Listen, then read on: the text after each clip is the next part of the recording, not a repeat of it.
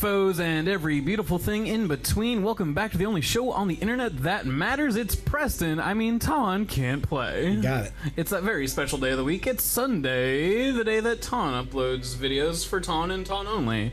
If anyone else is watching these, don't. They're for me. Joining me as always... I've forgotten our titles because it's been one calendar year since I've seen you. Modern Day Adonis. That's the one. The one title wonder. It's Prep. It's Preston. He joined me today, as always, on couch. And me, the Chicowboy, the closed caption hero, the Chicowboy, 100 pounds of pure muscle. Tom Mitchell. What's up? We're playing Bayonetta. What's going on with your whole flavor over there, bud? The corduroy. The old corduroy shuffle. You had another title for me that it was corduroy based. Oh, that you were trying to remind me. Corduroy. I don't know. I was just watching it, but I couldn't tell you. Come on, corduroy fan, corduroy friend. Big That's corduroy. Well, here we are again. Playing video games. I'm trying to adjust the mail and microphone. On the short list of things I've discovered I'm obsessed with just today. The zoo, turns out. They got animals there. They're real cute. And I want to hug every last single one of them. Yep. Taun... This is very gratuitous. Yeah, I don't know about that. Taun and the ghost are trying to bargain to go to the zoo instead of recording video games today. But Papa Preb won't have it. No. So you're gonna get language. Wow. They'll believe you. I'm gonna text them right now. Damn it. What? Wow. A 2? We're going with a real scorched earth philosophy. Are you driving this? Yeah. Nope, you failed. Well, it's got inverted controls, I just learned. And that's part of why I'm going down towards the Ocean. Evade, fire guns, missile. That's it? You can't change it? Expends 1 magic orb. Ah. 1 Magikarp. 1 Magikarp. Wow, do you guys remember how much shit sucked back in 2000 when just all of the games had inverted controls? Yeah, that's terrible. God, Oof. It's my greatest enemy right now. Just looking these at inverted controls. And not watching you use the controller, I can tell that they're inverted, and I hate it. Well, I'm a missile now. Hey everybody, this is the episode where I'm a missile. A missile that apparently has guns on it, so just go ahead and think about that and the implications. This is very subversive. I'm a gun that has a gun. Welcome back to the only show on the internet that matters. It's gun. A gun with a gun on it. It's gun. The ultimate Bayonetta. Is that anything gun? Misa thinks so. Misa thinks it's something. Oh, sick. Womp womp. I was just overcome with a memory that I have no knowledge of any other context for it other than being in a store somewhere and looking at Star Wars toys and wondering why the Jar Jar Binks ones were so cheap when I was a child. Trying to move those units. Gotta get them out. I wanted the Darth Maul, but my parents wouldn't buy them for me. Wow. Sucks. Because of, like, Satanism, or? Money. Oh. Probably. But thanks for making some brash assumptions about the conservatism of my parents. No, I was allowed to read Harry Potter. Wow. Yeah. Whoa. Ooh. That was startling. When I was young, my father wouldn't allow me to listen to the song Helter Skelter because of its association to Charles Manson. I'm trying to think if there was anything at all that my parents were like, nope, this far, no further. I think they were wary of... There had to have been something. I think it was Yu-Gi-Oh! They were a little bit wary of. Of all things, like Pokemon, that's fine, but interesting. Yu-Gi-Oh! Was a little scary. At no point did they say, no, you can't, but I think the first time a friend brought Yu-Gi-Oh! Cards over, they were like, let me look at this. Oh no, Magic the Gathering was the one. Oh. Oh, yeah. I remember my mom moved into a condo where the person who lived on the other side of it, like, owned the whole thing, and I guess their daughter had used to live there. So one room was just full of their daughter's shit. And I was helping my mom, like, tidy it up one time to just kind of, like, make it a little bit more livable. And I opened a box that was full of Magic the Gathering cards. And my mom looks over, she's like, hey, what's in that box? I'm like, oh, it's these cards. What are these? And she, like, slammed the box closed, like, almost getting my fingers in it. She's like, oh, don't look at those. Oh. And I never really fully understood why. I'm supposed to be fighting this thing. I've just kind of been... You look like you're doing your best. I've been paying close to zero attention to... You can't lock on, right? Nah, I can evade. Whoa, I'm never going to evade again. Duly noted. That doesn't seem like it would be helpful at all. Man, you're just like never gonna get close to that island. This level is a metaphor for my life. Whoa. And your dreams of joining comedy music duo The Lonely Island? Guess that's the most accurate and like on the nose assumption. So, Taun. Me. Do you want to know what I have been doing with my time since I last saw you? Masturbating. No. What have you been doing, Prob? Thank you for asking. You're welcome. I'm kind of waiting for it. Am working on and nearly finished with a starting. Can you just say it? I'm on the edge of my seat over here. I paid for the whole seat, but I only needed the edge, apparently. Random encounter table for Dungeons and Dragons. So you can finally play Dungeons and Dragons together? Yes. Wow. That's exciting. Yes, I'm very excited. That's 10 times more thought than I probably would have put into organizing a campaign, so it's probably better than that you're doing it than me. It's like random encounters, man. And any excuse to make a table. Yeah. You're saying this like it means we're any closer to playing D&D, but really it's just Prep was tired of not making a spreadsheet about something. No, I have to play now because there are high stakes. There's too many people involved. How many people are involved? You, me, Ben, Nate, this other dude that Grace works with. Oh, I don't remember how to play the game. Cool. It's been probably a month since I've played. I forgot all the controls. That cat is... I just want to keep being a missile. Huge. It's a big cat. It's a big cat. Yeah, so there's like 5 or 6 people now on the line, but people are like anticipating it, like starting to like anxious. It's not just like, oh, we should do that. It's like, oh, this is happening, so now I like have to finish it and like follow it through. Wow. But the random encounter table, that's like the big first hurdle for me, man.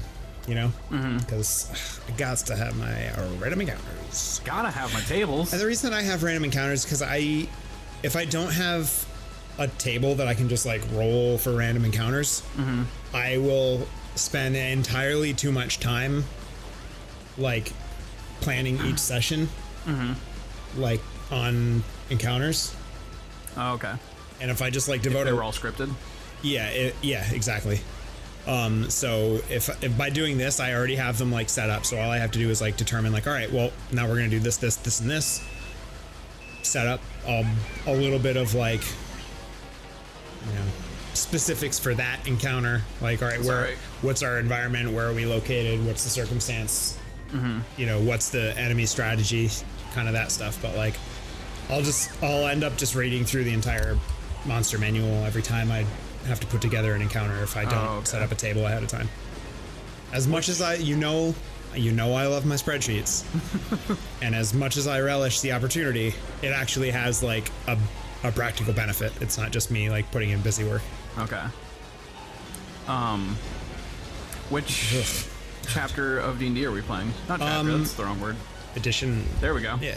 I thought I'd just do third because that's what I'm familiar with, and I mean after third they're all pretty much the same anyway.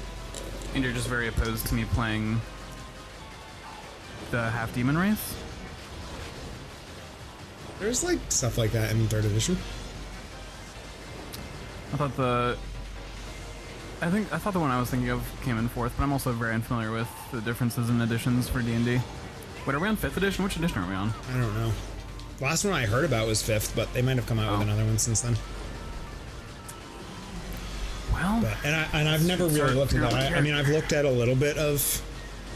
I mean, if you want to get specific, I think what we're doing is 3.5. I think is the book, I have missiles. The books that I'm working off of, but it's again they're basically the same. They're just like minor rule variations, and then from what I understand, like the later editions, it's just like mechanical cleanup This stuff. is wonderful footage. Yeah, this is really captivating, and I love it. I'm not shooting when I spin. I understand why this is strat I'm working with isn't working. But I'm excited. I'm excited as well. So all right, so you're interested in playing some kind of like a half demonic kind of character? Is that serious, or are you just making riffs? Half serious. I like the look of that race, but I don't think it fits in super well with the class I had in mind. Which I think I want to play Bard. Interesting. I've grown and matured a lot in the past year and 2 months that I've been playing Overwatch, and I've come to really learn that I care less. In the past, I always wanted to be like the big bruiser doing the most damage, taking the most hits, frontline.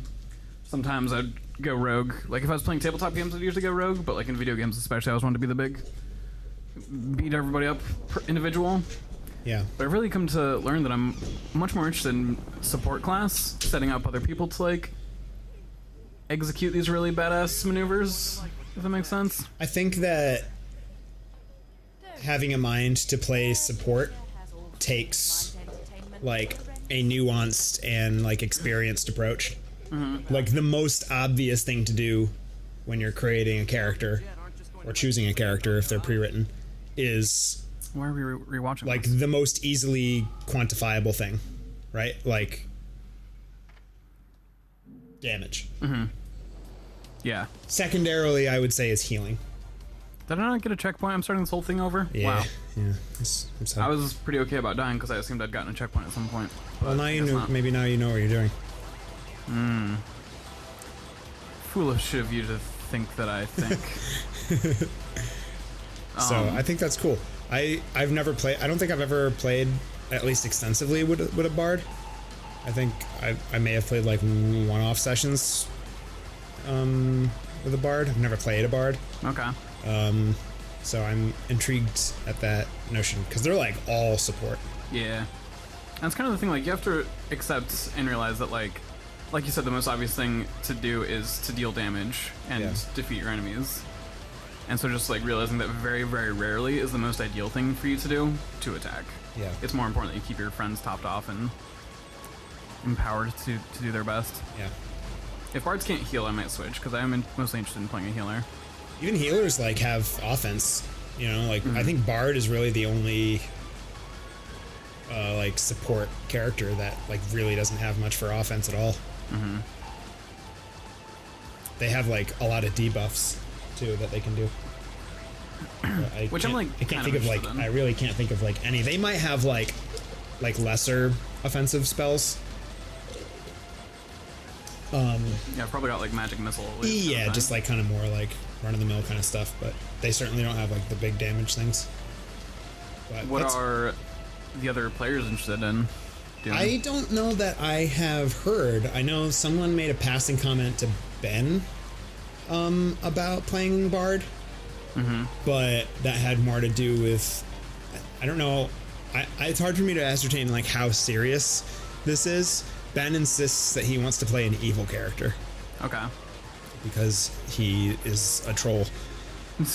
And then someone was like, "Oh, well, you should be a bard. That way, you can be like, you can kind of like, as you're playing, you sort of have more freedom to like goof off and like, you know, Oh, like, gotcha. you're not like rigid. You know, like a bard kind of allows you to be more silly or something."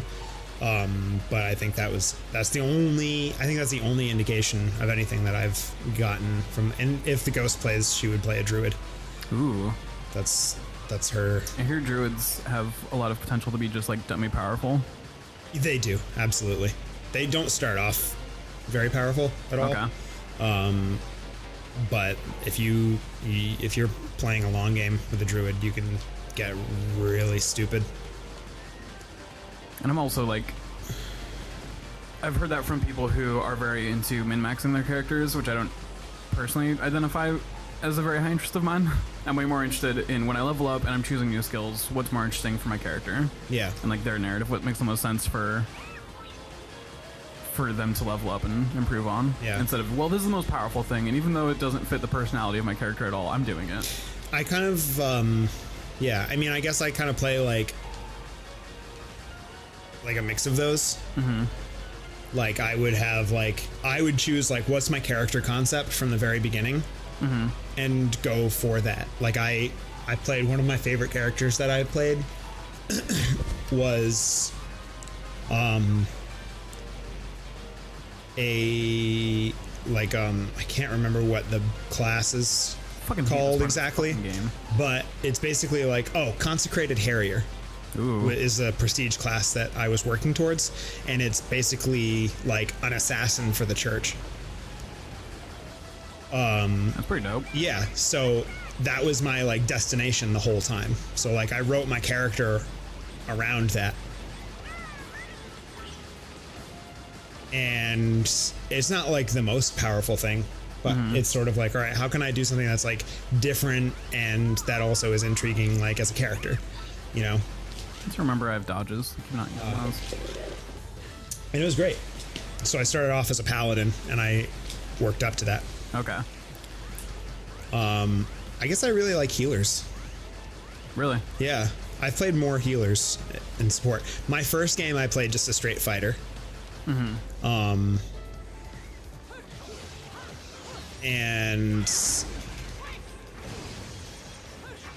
But he wasn't like a tank. He was pretty balanced. And then I played one that was a cleric, and that worked up to being a cavalier. Okay. Which was really cool because my whole focus was mounted combat. Oh, that's dope. And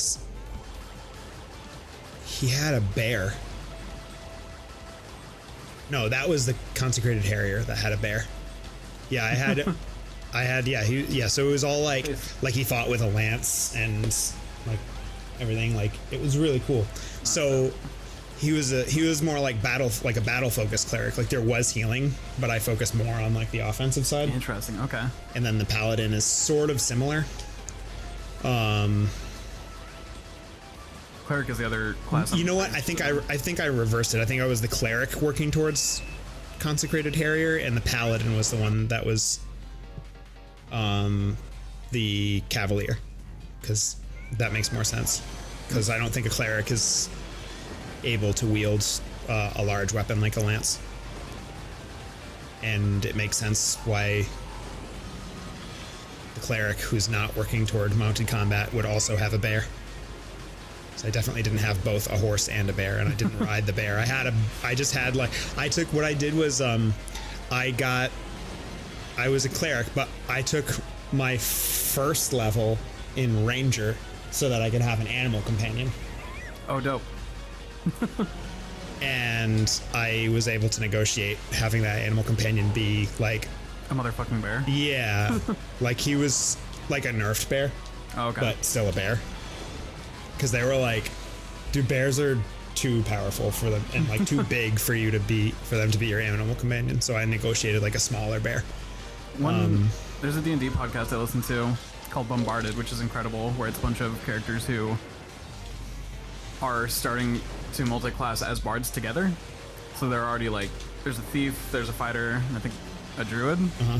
And the druid can shapeshift, but they didn't want it to be too powerful. Or he can shapeshift into a bunch of things that are over his level, mm-hmm. but to balance that, it's a roll of a 100-sided die, or like a D100 roll, uh-huh. to decide what he actually transforms into. So like, there will be times when they're getting into combat, and he'll be like, "Oh, don't worry, guys, I'll turn into a whatever creature," and then he just turns into like a cat instead. And now he just like, he can switch back whenever he wants, and I think he has like 3 tries per rest or something. That's so funny. And it's fun because like at first he's trying to keep it a secret from his traveling companions, so there will be a situation where they need, you know, something to fly over and flip that switch for. So they're like, "Oh, don't worry, guys, I'll just turn into a bird," and he turns into like a goat instead. It's like, oh, that's weird. That's never happened. But yeah, I like opportunities to like make house rules and like agree. Okay, yeah, it's gonna be badass if you have a bear. Bear's too powerful. How can we make this happen for you? Yeah, totally. That's more interesting to me than just like, nope, find something that's easy to figure Yeah, out. found all the rules.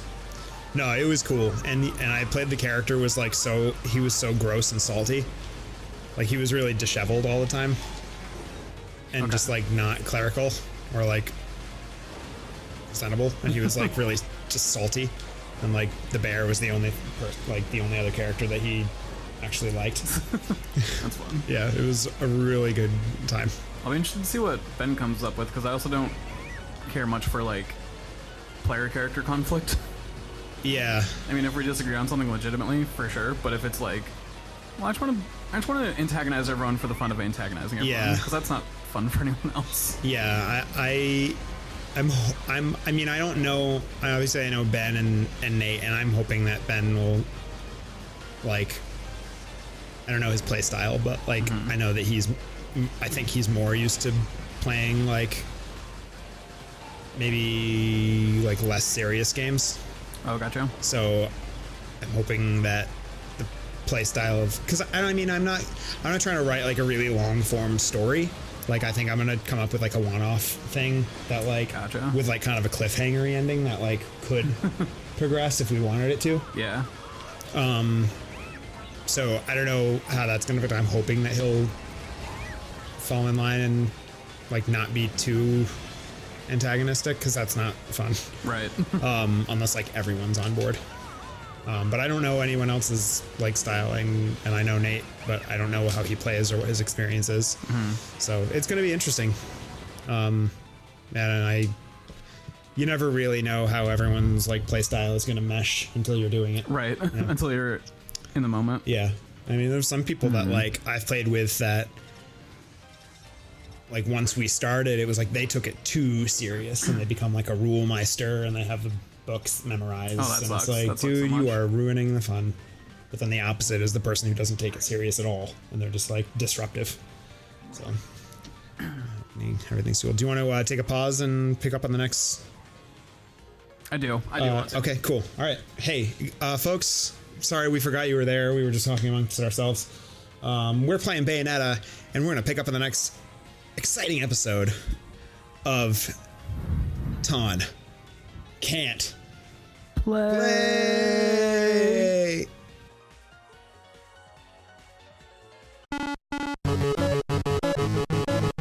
Pressing can't play. Continue.